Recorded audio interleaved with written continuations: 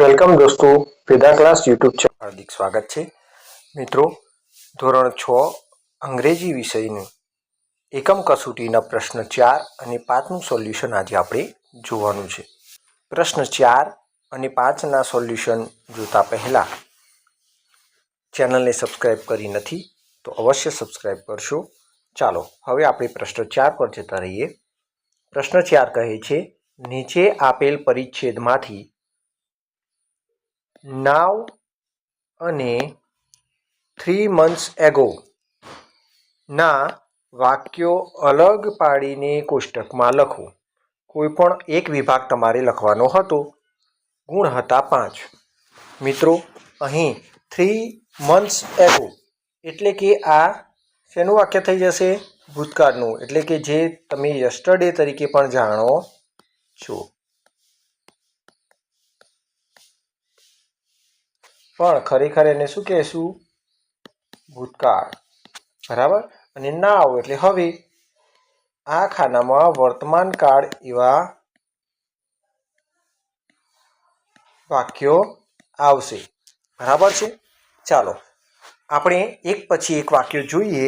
તે પહેલા નાવવાળા વાક્ય કેવી રીતે ઓળખવા અને એગો યસ્ટરડે કે ભૂતકાળના વાક્યો કેવી રીતે ઓળખવા તે આપણે જોઈએ.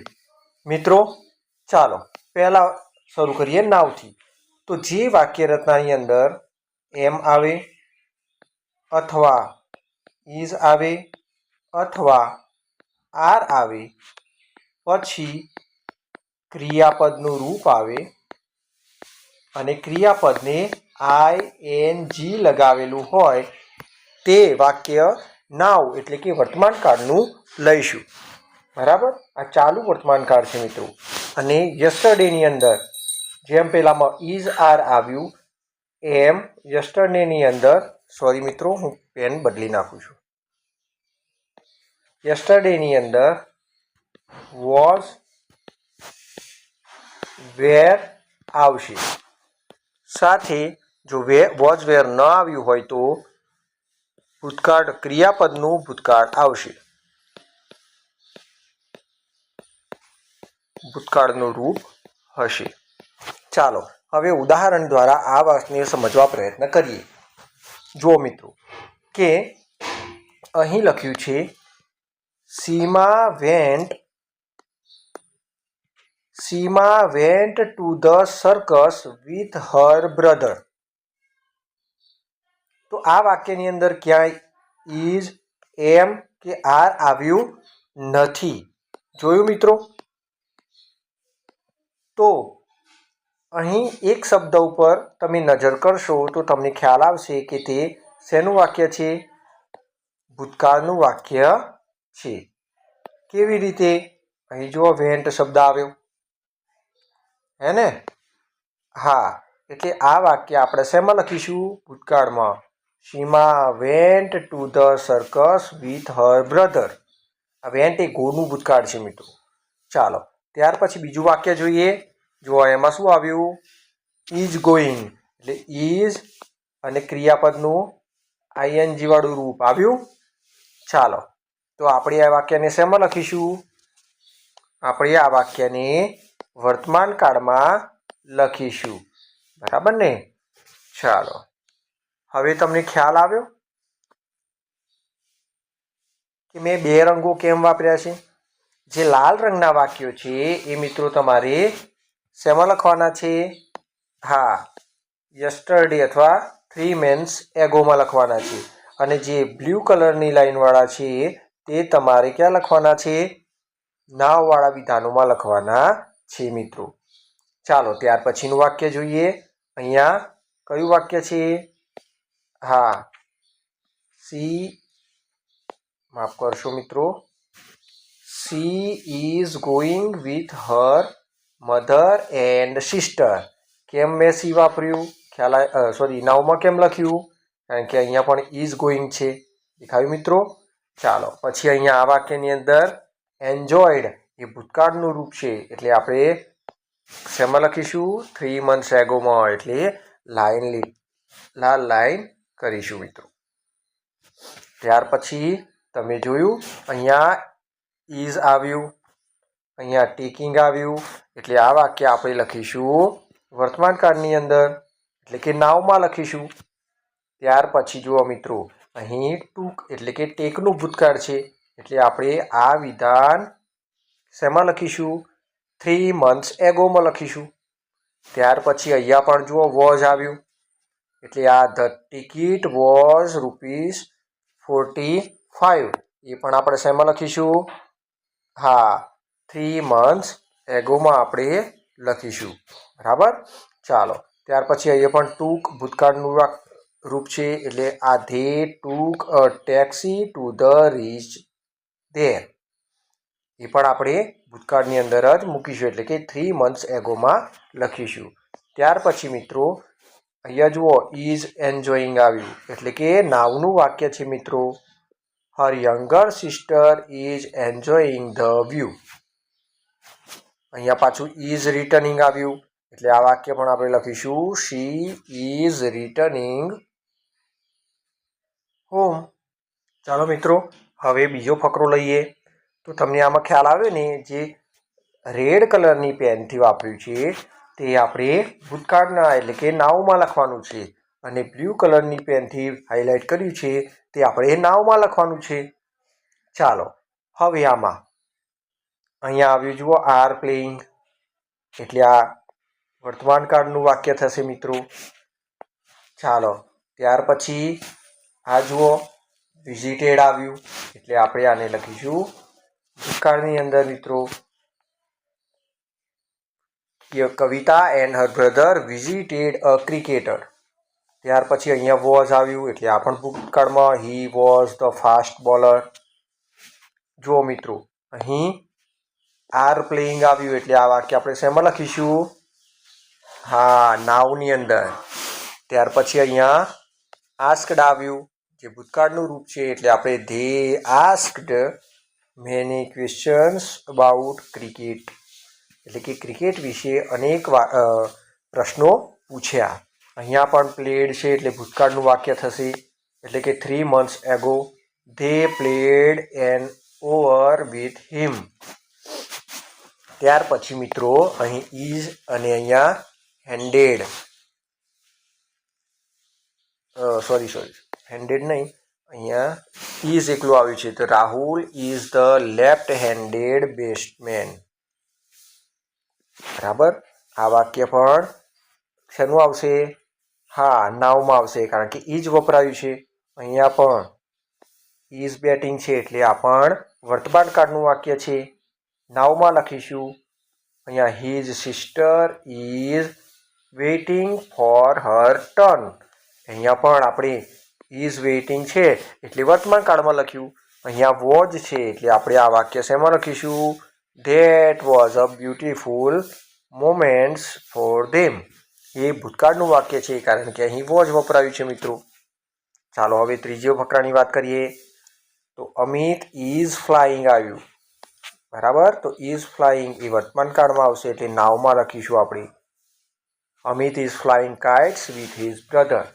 ત્યાર પછીનું વાક્યમાં પણ જુઓ મિત્રો આર છે, અને અહીંયા ઇટિંગ છે, એટલે ધે આર ઓલ્સો ઇટિંગ ચીકી છે ને. અહીંયા સેલિબ્રેટ આવ્યું પછીના વાક્યમાં, સેલિબ્રેટેડ આવ્યું, એટલે વી સેલિબ્રેટેડ ક્રિસમસ. અહીં ડેકોરેટેડ આવ્યું, એટલે વી ડેકોરેટેડ ધ ક્રિસમસ ટ્રી. તો આ બંને વાક્યો મિત્રો 3 months agoમાં આપણે લખીશું. આર શાઉટિંગ, એટલે તો જુઓ અહીંયા મિત્રો આર શાઉટિંગ છે, એટલે આપણે નાવમાં લખીશું, એટલે બ્લુ લાઇનથી મેં હાઇલાઇટ કરી. ત્યાર પછી જે વાક્ય છે તેમાં અહીં વેન્ટ એ ગોનું ભૂતકાળ છે, એટલે આઈ વેન્ટ ટુ ચર્ચ. એટલે આ વાક્ય આપણે લખીશું 3 months agoમાં. ત્યાર પછી અહીં આર ફાઇટિંગ છે, એટલે નાવમાં આવશે they are also fighting for kites, હે ને. ત્યાર પછીનું વાક્ય અહીંયા વિશનું ભૂતકાળ wished. We wished merry Christmas to our friends and family. એ વાક્ય 3 months agoની અંદર આવશે. ત્યાર પછીનું જે વાક્ય છે મિત્રો, એમાં ઇઝ કુકિંગ આવ્યું, એટલે કે આ વાક્ય નાવનું છે, their mother is cooking in the kitchen. ત્યાર પછીના વાક્યની અંદર જુઓ મિત્રો, અહીં એન્જોયડ આવ્યું છે, તો આ 3 months એગોનું વાક્ય છે. We enjoyed a lot. ત્યાર પછી જોઈએ આપણે ચોથો ફકરો. અહીંયા જુઓ મિત્રો, આર સેલિબ્રેટિંગ, એટલે કે આ નાવનું વાક્ય છે. We are celebrating Ramatotsav for a week. ત્યાર પછીના વાક્યમાં પણ આર ટેકિંગ છે, એટલે આ પણ નાવનું વાક્ય છે. We R taking parts in many games. ત્યાર પછીના વિધાનમાં મિત્રો જુઓ તમે, હા, અહીંયા ગોનું ભૂતકાળ પાછું વેન્ટ આવ્યું, એટલે we went to the school early. આપણે વહેલા સ્કૂલમાંથી ઘરે ગયા હતા. તો આ ભૂતકાળ 3 months એગોનું વાક્ય છે મિત્રો. ત્યાર પછીના વાક્યમાં આપણે જોઈ શકીએ છીએ વી આર પરફોર્મિંગ, હે ને, આર અને આઈએનજી આવ્યું એટલે આ નાવનું વાક્ય છે. We are performing our best. ત્યાર પછી જે વાક્ય છે એમાં તમે જોઈ શકો છો, અહીં સેલિબ્રેટનું ભૂતકાળ સેલિબ્રેટેડ આપેલું છે, એટલે કે આ વિધાન શેનું છે? 3 months એગોવાળા વિભાગમાં આપણે લખવું પડે. એટલે we celebrated the world yoga day on 21st June 2014. 24. We did many આસન્સ. જો મિત્રો અહીંયા ભૂતકાળના ડુનું ભૂતકાળ ડીડ, એટલે આપણે આને પણ શેમાં લખીશું? હા, આપણે 3 months એગોની અંદર આને સમાવેશ કરીશું. અહીંયા જુઓ, ઇઝ આવ્યું, અહીં પ્રેક્ટિસિંગ આવ્યું, એટલે તમને ખ્યાલ આવી ગયો કે આ વિધાન આપણે નાવમાં લખવાનું છે. બરાબર ને મિત્રો? ચાલો, ત્યાર પછી આમાં ઇન્સ્ટ્રક્ટેડ આવ્યું, એટલે તમને ખ્યાલ આવી જશે કે મેં ખોટી પેનથી લાઈન કરી. હા, આ 3 months એગોની અંદર આ વાક્ય આવે. હવે yoga trainer instructed to do exercise. પછી અહીંયા સેલિબ્રેટેડ આવ્યું, જુઓ, એ પણ ભૂતકાળનું રૂપ. બરાબર ને? જેમ અહીંયા ઇન્સ્ટ્રક્ટેડ આવ્યું હતું એમ.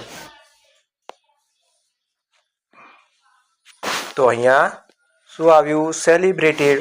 તો it was celebrated all over the world. એટલે કે આ વિધાન પણ 3 months એગોવાળા વિભાગમાં લખવું પડે. ત્યાર પછી મિત્રો જુઓ, અહીં આર અને લર્નિંગ છે, તો આ વાક્ય નાવની અંદર આપણે લખીશું we R learning new things in sports. બરાબર છે? ચાલો, છેલ્લો અને 5મો વિભાગ આપણે પૂર્ણ કરી લઈએ અને પછી ફટાફટ જતા રહીએ પ્રશ્ન નંબર 5. ચાલો, પહેલા જ વાક્યની અંદર ઇઝ આવેલું છે અને અહીંયા ટુડે છે, એ પરથી પણ આપણને ખબર પડી જાય. તો આપણે આ વિધાન લખીશું today is an independence day નાવવાળા વિભાગમાં. ત્યાર પછી વી સેલિબ્રેટેડ. તો જુઓ, અહીંયા સેલિબ્રેટેડ આવ્યું એટલે ભૂતકાળનું રૂપ છે, એટલે આપણે લખીશું we celebrated the earth day, એટલે કે 3 months એગોવાળા વિભાગમાં. ત્યાર પછીના વાક્યની અંદર તમે જુઓ છો કે આર સેલિબ્રેટિંગ લખેલું છે, એટલે આ વિધાન આપણે નાવમાં લખીશું we are celebrating our national festival at school. ત્યાર પછીના વિધાનમાં મિત્રો અહીંયા પ્લાન્ટેડ આવ્યું છે, જે ભૂતકાળ છે પ્લાન્ટનું. વી પ્લાન્ટેડ સેપલિંગ્સ. ઇન્વાઇટેડ એ પણ ભૂતકાળ છે. We invited mister Sharma the forest officer. આ બંને વિધાનો મિત્રો 3 months એગોના છે. ત્યાર પછીના વિધાનમાં આર પરફોર્મિંગ છે, એટલે કે નાવમાં આવશે we are performing dance on patriotic songs. ત્યાર પછીના વિધાનમાં આપણે જોઈએ કે અહીં શું લખ્યું છે? વેલકમ્ડ, એટલે ભૂતકાળ થઈ ગયું. 3 months એગોમાં આ વિધાન આપણે લખીશું.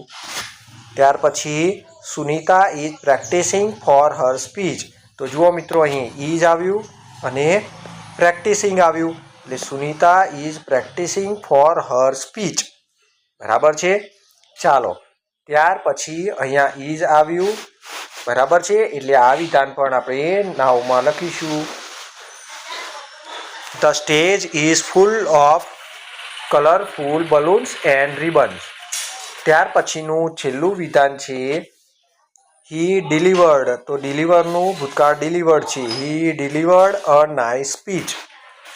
પ્રશ્ન નંબર 5 મિત્રો, ઉદાહરણમાં સૂચવ્યા મુજબ કરો કોઈ પણ એક વિભાગ. ઉદાહરણમાં આપણને કવિતા આપેલી છે મિત્રો. આ પેલી જ કવિતા છે, તમે ગાઓ છો ને. We shall learn to sing, we shall learn to sing, we shall learn to sing someday. O deep in my heart I do believe that we shall learn to sing someday. હવે મિત્રો આમાં કરવાનું શું છે તેની સૂચના આપણને નીચે આપવામાં આવી છે કે જે પંક્તિની અંદર ટુ સિંગ શબ્દ વપરાયો છે એની જગ્યાએ આપણે ટુ પ્લે શબ્દ મૂકવાનો છે, કાં તો પછી ટુ ડાન્સ શબ્દ મૂકવાનો છે, કે પછી ટુ લર્ન અથવા ટુ ક્લેપ અથવા ટુ જમ્પ. તમારે જે પસંદ કરવો હોય એ શબ્દ મૂકી અને આ સ્ટાન્જા ફરીથી લખવાનો છે મિત્રો. બરાબર છે. તો આ સ્ટાન્જાને જો ટુ પ્લે શબ્દ સાથે બદલવામાં આવે તો મેં જુઓ તમને દેખાતું હશે અહીંયા ટુ પ્લે, ટુ સિંગની જગ્યાએ અહીંયા ટુ પ્લે લખેલું છે. બરાબર છે. તો આ કવિતા આવી થઈ ગઈ. વી shall learn to play, V shall learn to play, V shall learn to play someday. Oh, deep in my heart I do believe that we shall learn to play someday. હવે મિત્રો તમારે શું કરવાનું છે, આ ટુ પ્લેની જગ્યાએ બીજો એક શબ્દ પસંદ કરો. માની લો કે આપણે ટુ ડાન્સ શબ્દ પસંદ કરીએ તો સ્ટાન્જા કેવો બને? તો સ્ટાન્જા આવો થઈ જાય. We shall learn to dance, we shall learn to dance someday. O deep in my heart I do believe that we shall learn to dance someday. હવે મિત્રો અહીં ડાન્સની જગ્યાએ આપણે બીજો એક ક્રિયાપદ લઈ લઈએ. ટુ રન ક્રિયાપદ મૂકતા સ્ટાન્જા કંઈક આવો દેખાશે મિત્રો. ટુ ક્લેપ ક્રિયાપદ મૂકતા આપણે આપણો પોએમનો સ્ટાન્જા આ રીતે લખી શકીએ મિત્રો. ત્યાર પછી ટુ સિંગની જગ્યાએ આપણે ટુ જમ્પ ક્રિયાપદ મૂકીએ તો આપણો સ્ટાન્જા આપણે આ રીતે લખી શકીએ. તો મિત્રો આશા રાખું આ પ્રશ્ન નંબર 4 અને 5માં તમને સંપૂર્ણ સમજ પડી ગઈ હશે. વિડીયોને લાઇક અને શેર કરવાનું ભૂલશો નહીં. Thank you. જય હિન્દ, જય ભારત.